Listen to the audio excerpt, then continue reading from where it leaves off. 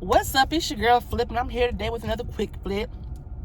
So yes, I've been noticing in the media lately, because I be on World Star Hip Hop like every day. Like, that's what I do at work. That's my favorite pastime to help me to look at violence. Violence helps me. I know that sounds like counterintuitive, but yes, violence relaxes me. Like, I love seeing like hood rat shit. But anywho, I watched World Star Hip Hop, and I noticed that this I don't know if he's a rapper or what, Charleston White, is coming down on the Asians, these Asian Crips in NorCal that like to say the N-word or whatever. It's a back and forth between the Asian Crips in NorCal and Charleston White, who's from Texas, I believe, and he is really disturbed by these Asian Crips saying the N-word. And I just feel like this is a good topic to touch on, especially during the Stop Asian Hate campaign, because this is interesting. So I do not like when people of other races say the N-word. I hate it. Internally, it fucks with me. I might not say nothing at the moment, but it bothers me. It honestly does. And I've explained this before. When I used to work at a restaurant, I was a server, and people of all races work there, and I get along with everybody. I have friends who are Asian, gay, Muslim, from El Salvador. My best friend is El Salvadorian. My other one is Muslim. Like, I'm a multicultural. I blend in. I'm a world traveler. I love everybody. So anywho, we had a Filipino friend who was down with everybody. He was cool. He was into hip hop and all this and that. And he used to like to say the N-word. And I'm like, I don't like that. And I personally said I didn't like that because I work with you. You my friend. Like, I personally said to people like, I don't like, don't say that shit around me. So this particular person who liked to drop the N-bomb all the time, who was down, who wore all the latest hip hop fashions, said, listen to all the hip hop slang. We went out, you go out to hang out after your shift at servers at night. We all went to a hookah bar or whatever. We're at the hookah bar, and at this time, my best friend is Asian. I had a Vietnamese best friend who I fuck with. Like, so people just assume like, oh, I had an Asian best friend, I hung out with Asians. So he's like, oh, you got your homegirl, he's like, oh, hook me up with one of your homegirls. So Lisa already had a man. So I'm like, okay, so I got cousins and shit, and other people I hang out with. So I started scrolling down to show him my cousins and like my black homegirls. And he said, whoa, they're black. I'm like, yeah. He's like, oh, I can never take a black girl home. I'm like, wait, what? Like, you're down. No, yeah, I am, but my family would never accept a black girl. Heck no, I can never bring a black girl home. So you're willing to accept our culture, accept our slang, accept our music, say the N-word, use it more than I fucking do, but yet you don't feel a black woman is good enough to bring home because you know your family would not accept her. And that's when I had the fucking problem right there. They want to enjoy the benefits of being black while still looking down upon us. So that's why I don't like that shit. You guys want to use the shit when it's cool, but you know you can't bring me fucking home. Now, back to the whole Asian Crips using the N-word and all this and that. My dad's side of the family's from East Side Long Beach. I have a flip side to this story. So my dad's side's from East Side Long Beach, and for those who don't know, Long Beach is Crips Central, and there's a lot of Pacific Islanders, Cambodian, Samoans who live out there.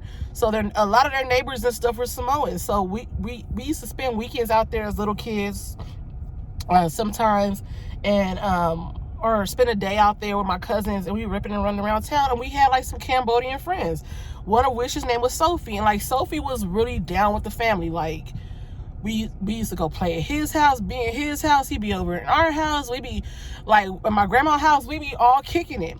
And Sophie was really down with the crew, and his family really accepted our family, and vice versa. Like, everybody kicked it. And when and I didn't really see Sophie. I'm over here just throwing his name. So if y'all still kicking with Sophie, say what's up to Sophie. But Sophie, I didn't see him much as an adult, but I'm sure when Sophie got older, he started cripping, and he probably was dropping the N-bomb. But to me, that's a difference. Sophie really lived in he lived and immersed himself in that black lifestyle. So when the Asian Crips in Sacramento are talking about like we're third generation Asians, we ain't just come over here like this is all we know, this is our hood, this is what we grew up with, that's different. That's more understandable to me than the person who just says, hey, I grew up in this middle class Asian family who and I live this proper valley girl, valley boy lifestyle in front of my family, but live hip hop or something out. Like, nah, no code switching. So Sophie wasn't code switching. Sophie was Sophie. He was one of us when he was kicking it. And that's the thing. Same thing I think applies to the Crips and the Asian Crips in NorCal. They literally like immersed themselves and became part of our culture. It wasn't just picking and choosing and picking apart what you want of the culture. So the difference between old boy that I work with and the Asian Crips is that they really accepted us. They really, the Asian Crips had black children, little mixed children in their family. They weren't, their grandmas and their mamas was accepting of their black spouses, I'm assuming. They didn't just say, hey, I'm just going to enjoy you on the outside, and then when I go back to my family, you're non-existent. That's not okay to me. Even my friend, I hate to say, bring a black guy home. No, she did not. She would sneak him home. She had one boyfriend who bought her all the Gucci, all this and that. Treated her very good. But I'm sorry, he still wasn't good enough to bring home. He wasn't. She ended up marrying an Asian dude at the end. She brought him home right away, but she was sneaking black dude up the stairs for years. Never met a parent. Parents never saw his black ass. So, Lisa never said the N-word in front of me. It wouldn't have flew, but she never disrespected me on that level. So let's just get that straight. Not third generation Asian. She literally came from Asia. And it's not her fault that her family, still has some reservations and stereotypes against our people and outsiders. Others don't want us to marry outside. They don't want other races don't like us. They typically don't want their people to mix with our people. And that's just a fact. Yeah, there's exceptions to the rule. There's some modern and liberal people who get with the program, who event I'm with the program. I do not care about mixing and intermingling. But what I do have a problem with is if you cannot bring me home. If you got to sneak my black ass up the stairs, I don't want it. If you got to sit here and say I can't bring a black girl home, don't use our fucking word. If you can't be fully part of the culture and take everything that comes with the culture, don't use our fucking word. Don't be a nigga when you want to be and be back being I don't even want to say nothing damn racist. Be back being Vietnamese, Filipino, whoever you are, back with your family. Back, you can just don't be disrespectful. Have fun with whatever cultures. Be respectful of cultures. But if you're not gonna sit there and really take the good with the bad, like those Asian Crips are doing, them Asian Crips walking around with dreadlocks, they look black as fuck, they done been outside, they walk down the street, they gonna be treated like a nigga just like the rest of us. They walking around with the hairstyles they are not code switching. And black people, you know what the fuck that is, because we've had to do that all our lives, code switching. But no, if you cannot bring me home proudly, it may cause a rift between you and your family if you decide to take me on, whatever. But if you decide to roll with that bullshit, yeah, you can't say the N-word. But the Asian Crips that I saw in the video that I grew up with, they were like they weren't fresh off the boat, no offense. They were they really grew up in these streets. They really grew up in these neighborhoods. They really grew up around these black people. So it's something that's hard to understand for people who live in the segregated South, who don't have no Asian or Mexican neighbors and all that. So I totally understand where Charleston White is coming from, because yeah, I don't fuck with the people who I don't fuck with black people, non-black people generally saying the N-word, period. I don't.